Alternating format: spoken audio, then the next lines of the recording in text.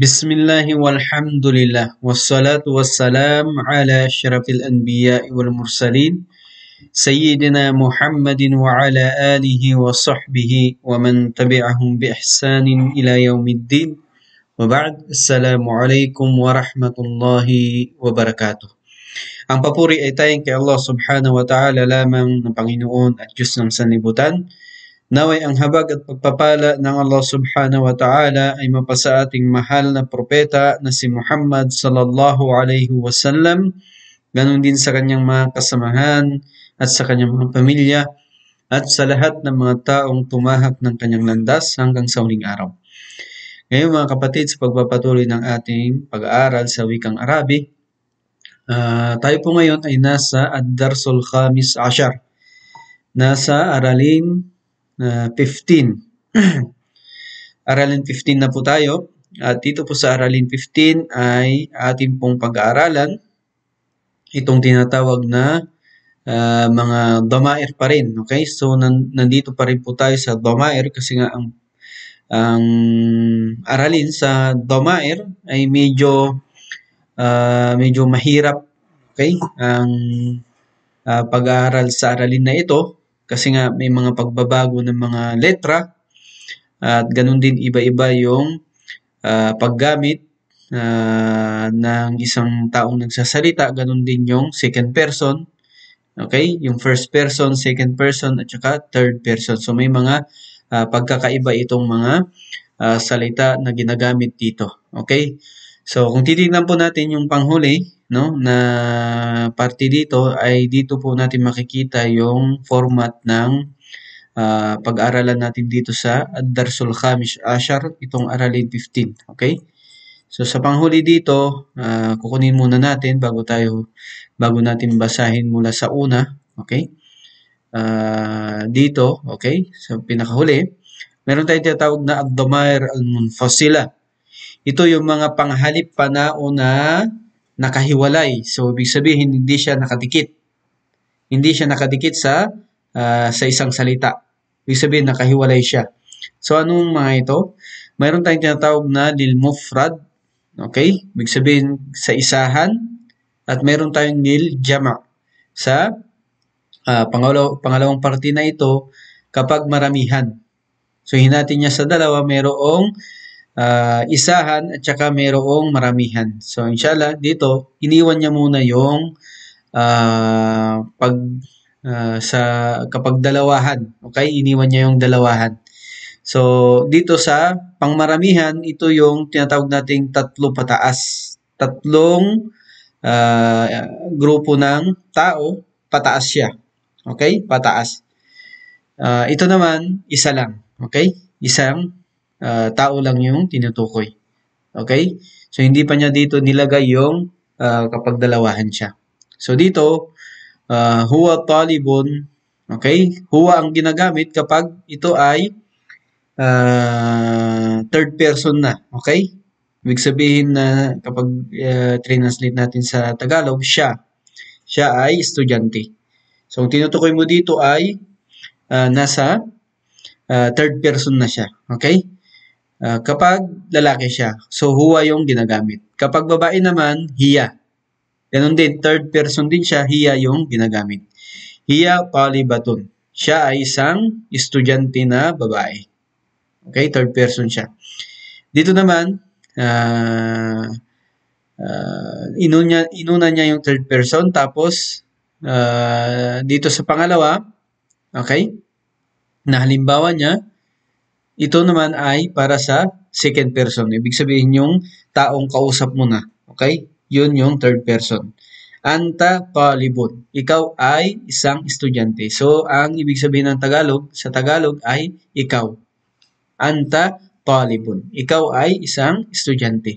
Tapos, kapag lalaki yun, anta yung ginagamit. Kapag babae naman, anti. Kapag babae, anti talibatun. Okay? Ikaw ay isang estudyante na babae. Okay? Ikaw ay estudyante na babae. So, dito, mga kapatid, mapapansin niyo yung pagkakaiba ng pagbasa. Okay? Naiba yung letra. na iba yung vowel ng iba. Okay? So, dito nagkakaiba sa pantukoy sa lalaki, ganun din at ganun din sa babae. Okay? Dito sa damair al-munfasila. Okay? Dito sa damair al-munfasila. Mga panghalip pa na una nakahiwalay. So, yan po ang second person. Paano naman ang first person? Yung nagsasalita na mismo. Yung nagsasalita. Yung tinatawag nating al-mutakallim. Yung nagsasalita. Yung first person na. Okay? Ana talibun. Okay? Ako ay isang estudyante. Kapag babae naman, parehas lang yung ginagamit. Ana pa rin. Okay? Ana talibatun. Ana talibatun. Okay?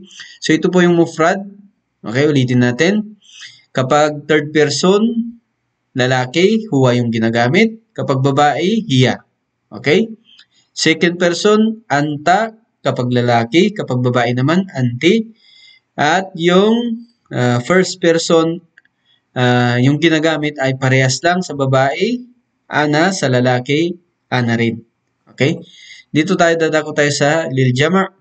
Kapag tatlo pataas, kapag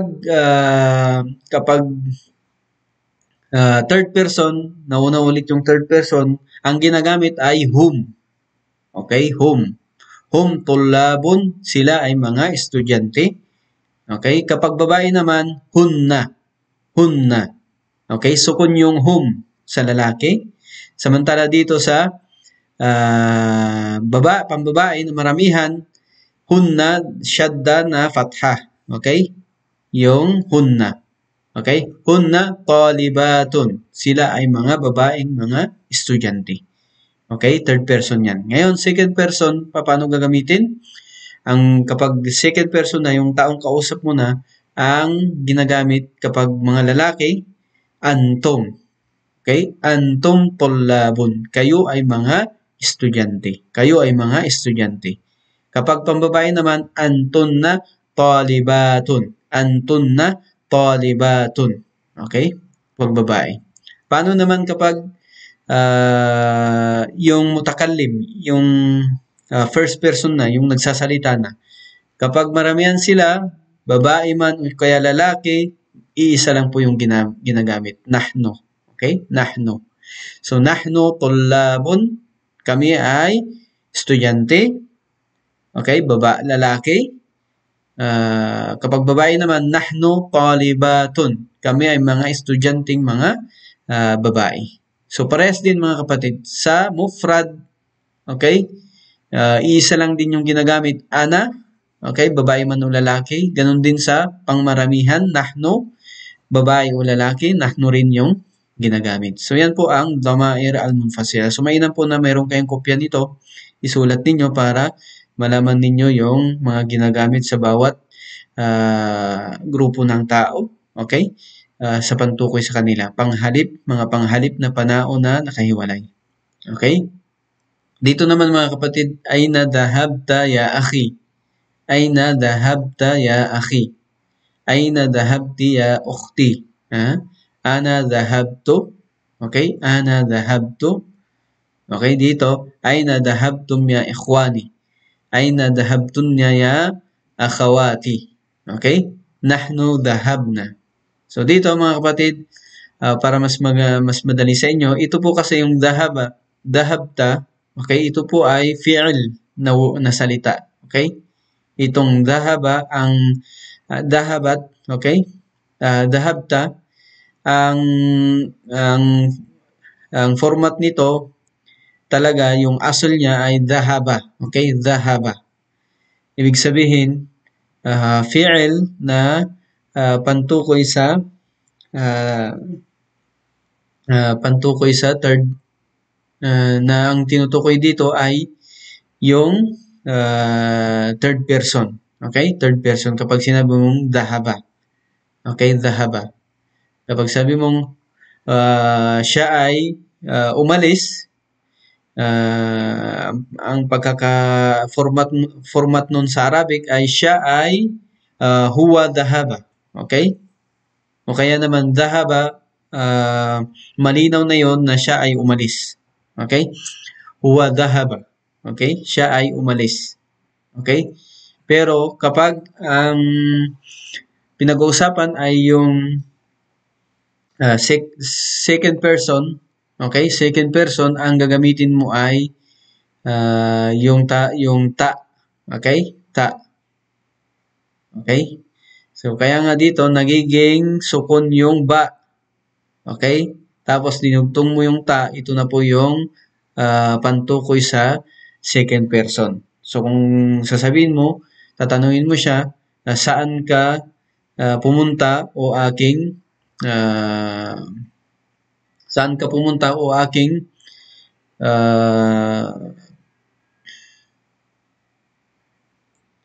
saan ka pumunta o aking kapatid? Okay? Saan ka pumunta o aking kapatid? Kapag yun yung tinanong mo, ay ganito yung format niya. Aina dhahabta ya akhi. Aina dhahabta ya akhi. Okay? Ganito yung format niya. Kapag yung tinatanong mo dito ay second person. So, ang second person dito, yung pantukoy na naidagdag dito, yung tinatawag nating ta. Panlalaki ito. Okay? Tapos, yung ba ay nagiging sukun. Okay? So, ang original nito ay dhahaba. Okay? Kapag ginamit na ito sa second person, nagiging dhahabta. Okay? Dhahabta. Okay? Aina dhahabta ya akhi. Ganon. Okay? Kapag babae naman, ay nagiging T. Yung vowel ng ta.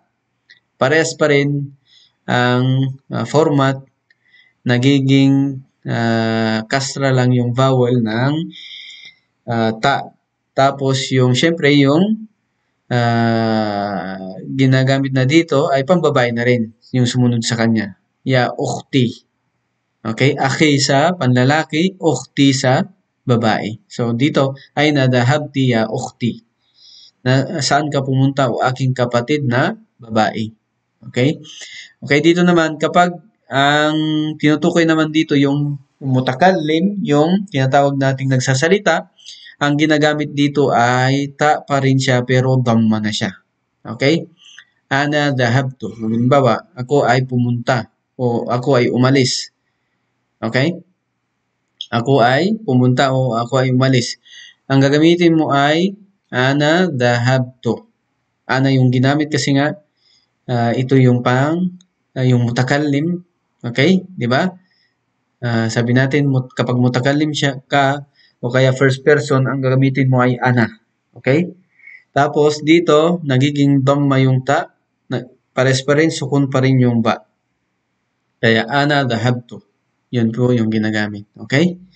So, yan po ang mufrad na tinatawag. Okay? Ito pa rin ay mufrad. Ibig sabihin kapag isahan. Isahan na pang second person, babae, lalaki, tapos dito babae, tapos dito yung mutakallim o kaya yung nagsasalita. Dito naman ay na dhahabtum ya ikhwani. Okay? Dito, yung tinatawag nating jama o kaya yung pang maramihan na. Pang maramihan, 3 pataas. So, ang ginagamit ay tum. Okay? Parehas pa rin, nagiging sukun yung ba dito. Tapos, dinadagdagan natin ng tum kung ang tinutukoy dito ay pangmaramihan na mga kalalakihan. Pangmaramihan na kalalakihan. Okay? Aina dhahabtum ya ikhwani. Aina dhahabtum ya ikhwani. So, pangmaramihan na panlalaki, ang ginagamit ay tum. Okay? Kapag pangmaramihan naman ng mga pangbabae, ang ginagamit naman dito ay tunna. Okay? Aina dhahabtunna tunna ya akhawati. So, akhawati kasi nga pangbabae sila. Ikhwani kasi nga mga lalaki sila. Okay? Aina dhahabtunna ya akhawati. Dhahabtunna, ito yung pangmaramihan na pambabae. Okay? Na inilalagay. Okay? So, paano naman kapag maramihan na mutakallim, yung nagsasalita na, yung first person. So, ang ginagamit dito ay itong na. Okay? Dinadagdag itong na may tinatawag nating mad.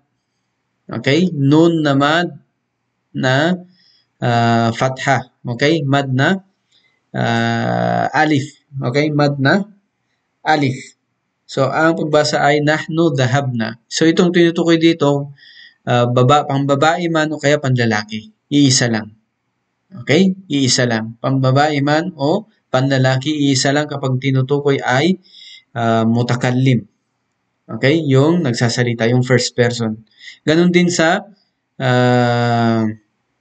dito sa mufrad, dito sa isahan, pambabae panlalaki, ang ginagamit ay to. Dahabtu. Okay? Pag pangmaramihan, dahabna. Nahnu dahabna. So, nahnu ang ginamit kasi nga pangmaramihan. Okay? Tapos, dinagdag natin yung nun at saka alif. Okay? At naging sukun yung ba. So, ang pagbasa ay dahabna. So, ito yung format niya mga kapatid. Okay? So, kinuha natin yan una para inshallah maging mas malinaw sa atin yung pagbabasa dito sa unahan. Okay? So, balikan natin.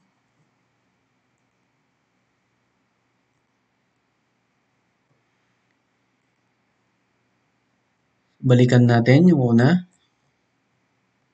Okay, basahin po natin. Al-Fatayatu, ibig sabihin itong mga grupo ng mga kababaihan ang nagsabi. Mga grupo ng mga kababaihan ang nagsabi. Okay, Assalamualaikum warahmatullahi wabarakatuh. Sila ay nagsalam. Tapos sabi ni Zainab, sinagot ni Zainab yung kanilang salam. Wa'alaikumussalam warahmatullahi wabarakatuh. Man antunna ya akhawatu, man antunna ya akhawatu. So, tinatanong ni Zainab kung sino itong mga babae na ito. So, antun na yung ginamit. So, antun na yung ginamit kasi nga, pambabae sila na second person. Ibig sabihin, kausap niya. Okay? Second person na kausap niya. Kaya ang ginamit ay antun na, mga pambabae. So, sinabi ng isa sa kanila, ihdahun na, Nahnu banatu Sheikh Abbas. Nahnu banatu Sheikh Abbas. So, pinakilala niya yung sarili niya. Ang ginamit niya ay nahnu.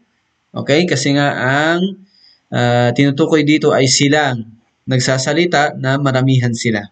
Okay? Babae man o lalaki, ang ginagamit pa rin ay nahnu. Okay? Kahit babae sila o kaya kahit lalaki sila. So, nahnu banatu Sheikh Abbas. Okay, sabi ni Zainab, ahlan wa sahlan wa marhaban. So, winelcome niya ang mga babaeng ito. Tapos sabi niya, okay, ummukunna ustadati kayfa haluha. Ummukunna ustadati kayfa haluha. So, ang inyong nanay ay aking teacher. Kayfa haluha, kumusta siya? Okay? Kunna. So, yung kunna dito mga kapatid, ang kunna dito ito ay kabilang sa mga letra na naididikit. Okay? Naididikit. So, hindi pa natin yan na kuha dun sa halimbawa. Di ba? So, ang importante dito, yung kunna, ito ay idinidikit sa ism. So, sa mga pangalan, okay, na tinatawag din itong mga panghalip panao. Okay? Pero ang ano niya dito, kapag ang tinatanong dito ay mga pangmaramihan ng mga babae, kunna. Okay? So, ang dagdag dito ay kunna. So, ang tinutukoy dito, itong mga grupo ng mga kababaihan nito. Okay? So, ang ginamit niya, kunna ustadati. Ang inyong ina o nanay ay aking teacher. Kumusta siya? So, sinagot ng isa sa kanila, ng mga kababaihan na ito, sabi niya, hiya bi khairin walhamdulillah. Siya ay nasa mabuting kalagayan at papuri ay tanging kay Allah lamang. So, hiya yung ginamit niya kasi nga ang tinutukoy niya dito ay third person na, yung kanyang nanay, third person na. Okay? So, ang ginamit hiya. Kay Zainab ay nahiyaan. So, sabi ni Zainab, nasaan na siya ngayon? Nasaan na ang inyong ina ngayon? Sinabi ng isa sa kanila, ihdahunna hiya al-an fi Riyadh. Siya ay nasa Riyadh ngayon. So, hiya pa rin yung ginamit kasi ang tinutukoy dito yung third person. Zainab mata dhahabat.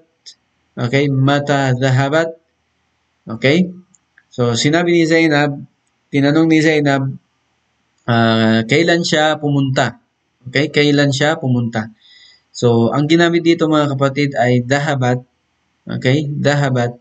Kasi nga, ang tinutukoy dito ay third person na uh, third person na babae. Third person na babae. Okay? Yung tinutukoy dito ay yung kanilang ina. So, third person pa rin siya, kaya nagiging ta na sukun. Nagiging ta na sukun. Okay? Mata, dahabat, nagiging ta na sukun. So, ito mga kapatid, kapag third person siya, na panlalaki, dahaba. Okay? Kapag third person, dahaba, pag lalaki. Pag babae naman, okay? Dagdagan mo lang ng ta na sukun. Dahabat, ito na yung pambabae na third person. Pambabae na third person. Dahon na sabi ng isa sa kanila, dahabat kabla usbo. Dahabat kabla usbo. So siya ay pumunta bago ang linggo na ito. So, ibig sabihin, nung linggo pa siya pumunta. Noong linggo pa siya pumunta. Unang linggo. Okay? Zainab, man dahaba ma'aha. Okay? Sinabi ni Zainab, sino ang pumunta kasama niya? Okay? Sino ang pumunta kasama niya? So, tinatanong kasi dito ay panlalaki. Okay? So, sino ang kasama niya na pumunta? Okay? So, dito third person na panlalaki. Kaya ang ginamit ay dahaba. Sabi ng isa sa kanila, dahaba ma'aha akhuna Ibrahim. Dahaba ma'aha akhuna Ibrahim. So, pumunta, kasama niya ang aming kapatid na si Ibrahim. So, ang ginamit dito ay dahaba, kasi ang tinutukoy dito ay itong kapatid nila na si Ibrahim na lalaki. Kaya ang ginamit ay dahaba. Third person pa rin siya. Okay? Third person pa rin siya. Zainab, kayfa halukunna? Tinanong ulit ni Zainab, kumusta kayo? Okay? So, ang kunna dito, bumabalik dito sa mga grupo ng mga kababaihan na ito na marami. Okay? Sabi ng isa sa kanila, nahnu bi khairin walhamdulillah. Kami ay nasa mabuting kalagayan, alhamdulillah. Nahnu yung ginamit niya kasi nga tinutukoy niya sila na mga grupo ng mga kababaihan na sila yung nagsasalita. Okay? Mutakallim na tinatawag. Zainab, fi ayyi madrasatin antunna? Okay? Tinanong ulit ni Zainab, saang eskwelahan kayo nag-aaral? Antunna, kasi nga tinutukoy dito, sila na mga second person na kausap niya. Second person na kausap niya. Sabi ng isa sa kanila, nahnu fil madrasa al-mutawassito. Sabi ng isa sa kanila, kami ay nasa madrasa, okay, al-mutawassito. Okay? Ibig sabihin, nasa middle school sila. Nasa middle school sila. Zainab, mata ikhtibarukunna. Tinanong ulit ni Zainab, kailan na ang inyong exams? Okay? Pagsusulit. Ikhtibarukunna. Yung kunna, babalik pa rin ito sa mga grupo ng mga kababaihan na ito na marami. Okay? So, yun yung dinadagdag kapag tinutukoy dito ay pangalan na kung saan idinidikit dito ang panghalip. Okay? Inshallah, makukuha din natin ito sa format niya kung ano yung dapat na ilagay. Okay? Sabi ng isa sa kanila, ikhtibaruna ba'da syahr. Sabi ng isa sa kanila, ang aming exams, ikhtibaruna na, okay? Sabi natin kapag maramihan na sila yung nagsasalita, na yung ginagamit. So, ang aming exam ay pagkatapos ng buwan. Pagkatapos ng isang buwan. Sabi ni Zainab, adhahabtunna ilal madrasati al-yawm? Adhahabtunna ilal madrasati al-yawm? Pumunta ba kayo sa paaralan ngayon? Pumunta ba kayo sa paaralan ngayon? Okay, tun na yung ginamit. Okay, sabi natin na ididikit ito sa verb. Okay? Kasi nga yung dhahaba verb siya na ididikit yung tun na. Okay? Ang tinutukoy dito kasi nga marami silang mga kababaihan. Kaya ang ginamit ay tunna. Kapag lalaki, tum. Okay? Pag babae, tunna. Okay? Ihdahunna, sabi ng isa sa kanila, na'am, dahabna wa raja'na. Sabi ng isa sa kanila, oo, pumunta kami at bumalik na kami. Okay? Pumunta kami at bumalik na kami. So, pumunta sila, ang ginamit na, kasi nga ang tinutukoy dito, pang maramihan na sila yung nagsasalita mismo. Mutakallimun. Okay? Sila yung mga tinatawag na al-mutakallim. Okay? So na, yan, na, babalik sa kanila yan. So, ajib alala sila. Okay, hindi natin kukunin yan. Okay. Annis al-mubtada fi kulli min al-jumal al-atiya. So, ang gagawin natin dito, gagawin nating muannas. Okay? Mga pambabae ito. Okay? Halimbawa, antum tullabun. Antum tullabun. So, ang gagawin natin dito ay gagawin natin silang pambabae. So, anong pambabae nito? Antunna. Okay? Kaya nga dito, antunna talibatun. Antunna talibatun. Ganon. So, dito, antum mudarrisun. So, gawin natin siyang pambabae. Antunna mudarrisat. Antunna mudarrisatun. Okay? Ganon. Antunna mudarrisatun. Okay, number 2. Aantum atibbaun. Okay? Aantum atibbaun kapag muannas siya, pag mga babae sila, aantunna tabibatun. Aantunna tabibatun. So, yun po yung tabibat ay pang babae na maramihan. Okay? Antun na yung ginamit. Okay? Number 3. Aantum ikhwatu hamid. Aantum ikhwatu hamid. Okay? Kapag gagawin natin siyang pangmaramihan, okay, na sila ay mga pambabae, mga babae, okay, aantunna akhawatu hamidin. Aantunna akhawatu hamidin. Okay, number 4. Aantum muslimun. Aantum muslimun. Kapag pambabae, aantunna muslimatun. Aantunna muslimatun. Ayan po. Okay? Number 5. Aantum a'mamu mahmudin. Okay? Aantum a'mamu mahmudin. Okay? Kapag babae naman siya, aantunna, okay? Aantunna ammatu mahmudin. Aantunna ammatu, okay? Ammatu mahmudin.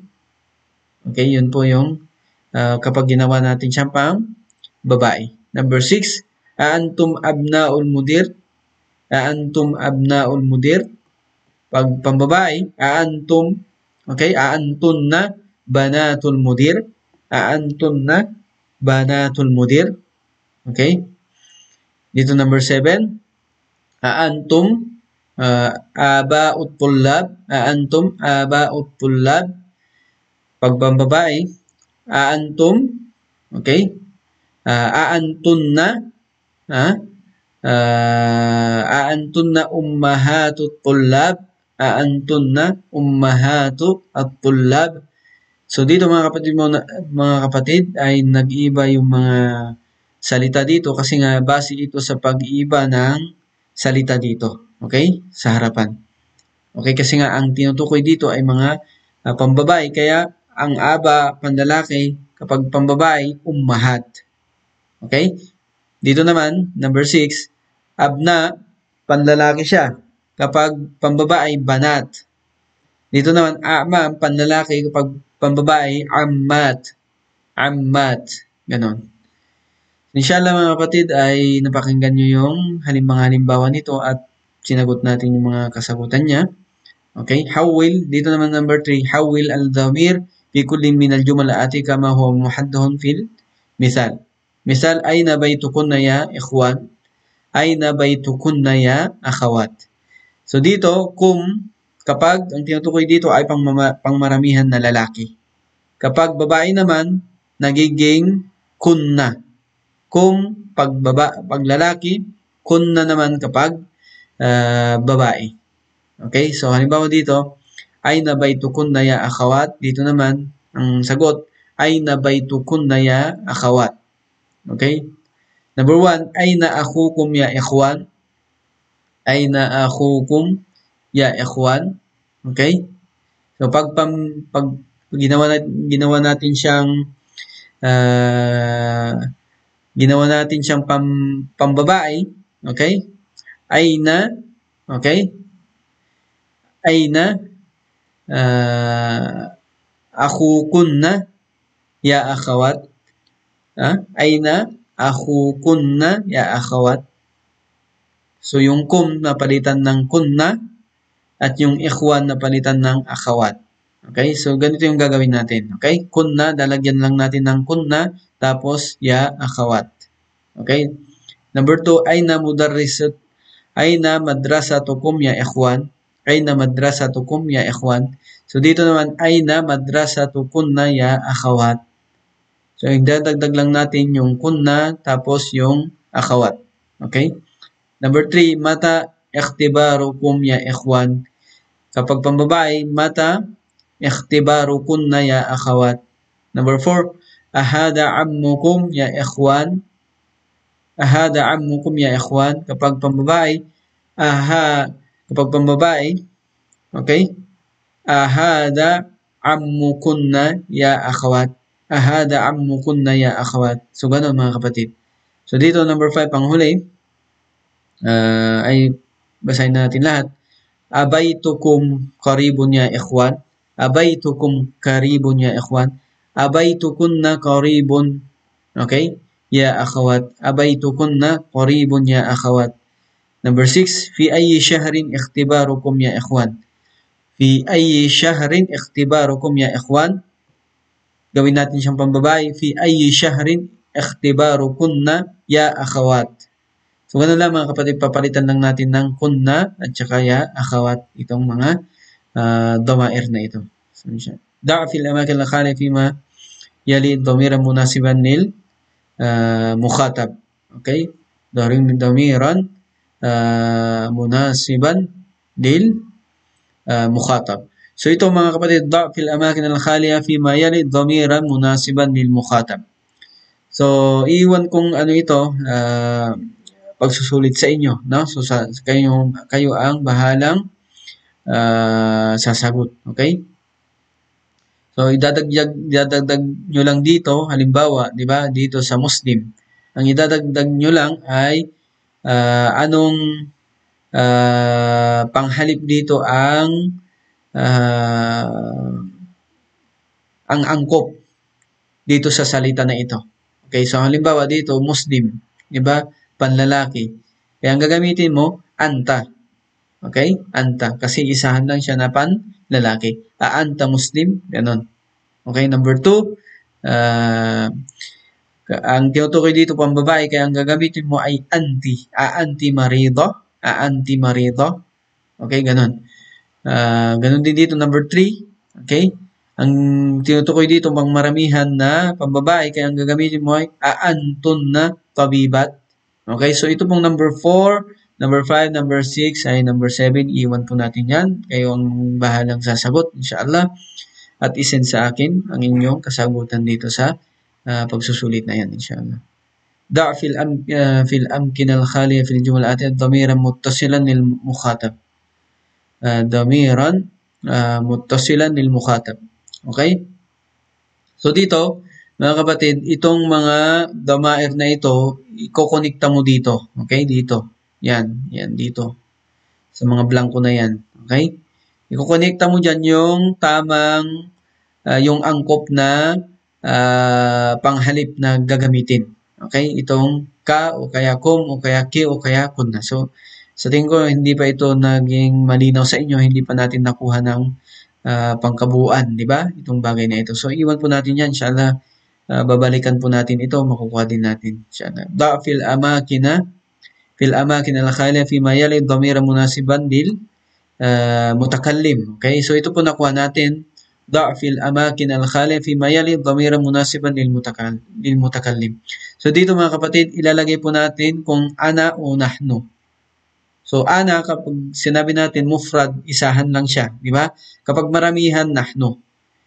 Okay? So yung isahan na ito, lalaki o babae, ana pa rin yung ginagamit natin. Ganon din yung nahnu. Sila man ay maraming mga babae o kaya lalaki, nahnu pa rin yung ginagamit. So halimbawa dito, number 1, Muslim, okay? Ibig sabihin, isahan lang siya, kaya ang gagamitin mo, ana muslimun.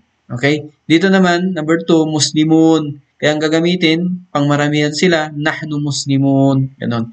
Number 3,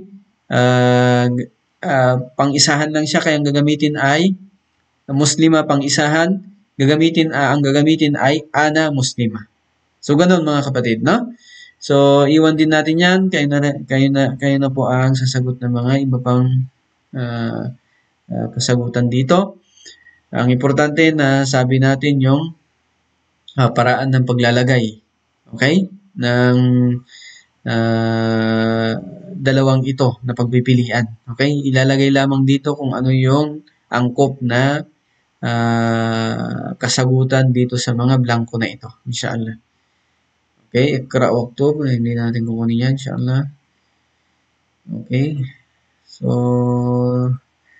alhamdulillah mga kapatid, ay nakuha natin ng kabuuan itong pag-aaral natin dito sa Aralin 15. So, susunod inshallah ay Aralin 16 inshallah. So, hanggang dito na lang mga kapatid. Wa akhir da'wana anilhamdulillahi rabbil alamin. Assalamu alaikum warahmatullahi wabarakatuh.